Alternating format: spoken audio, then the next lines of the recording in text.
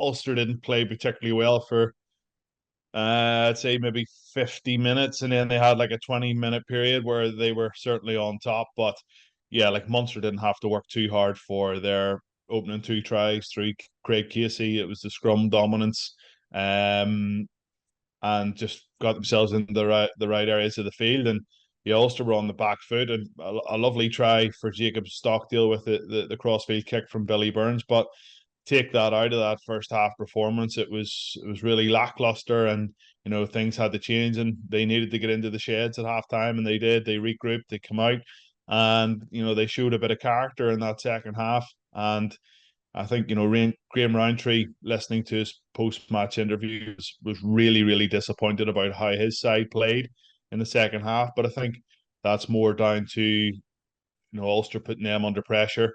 Went after their line out a little bit.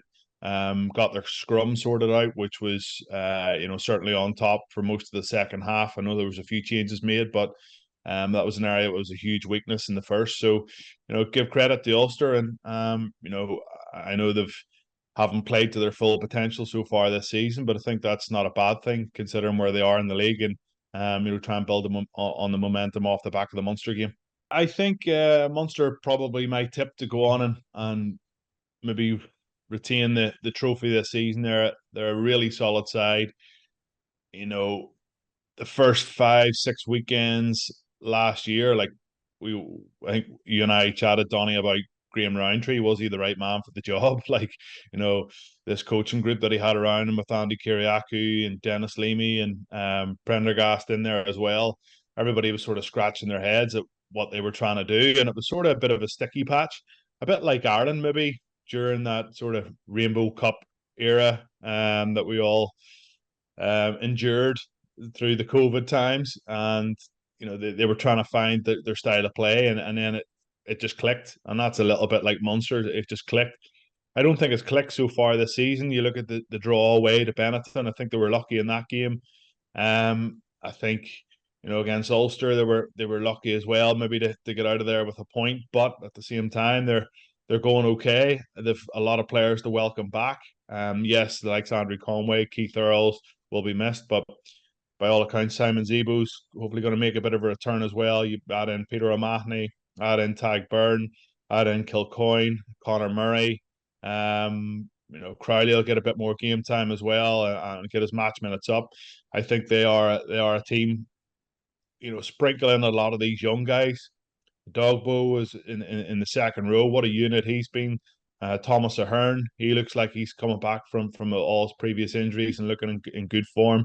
The back row, they've just so many guys that they can pick from. So, and also just lastly, the prop that they're going to sign from down in New Zealand, obviously Irish qualified, a big lump of a tight head prop, and that's an area of the game that they really need to shore up.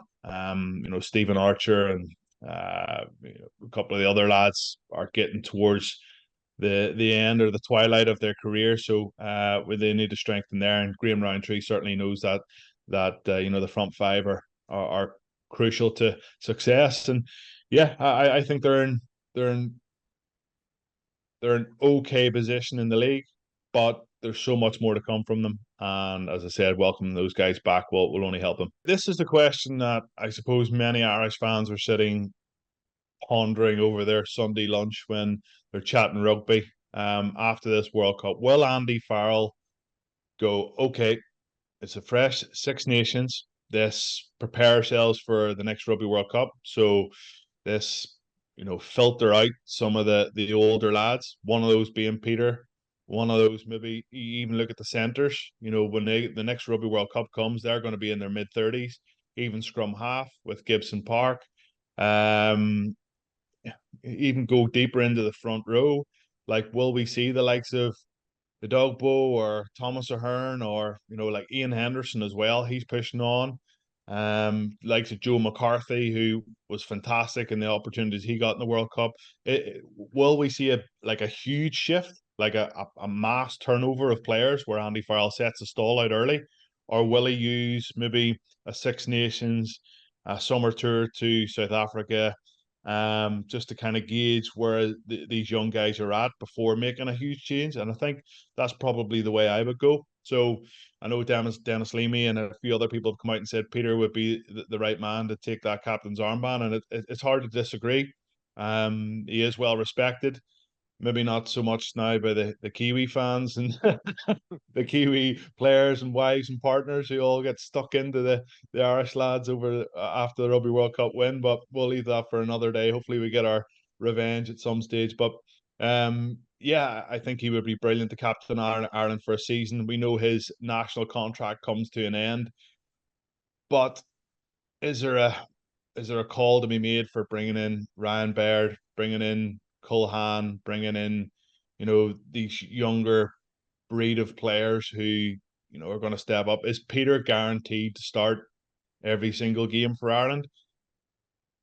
Possibly leading into the last World Cup, but maybe not now after it. So it's a huge call for Andy Farrell, and we'll wait and see how he figures it all out. But they need somebody who's, for me, is going to be playing week in and week out. And if Peter's going to be doing that for Ireland for another year, then for me, he would be the man. If he's not, then they need to look at somebody else.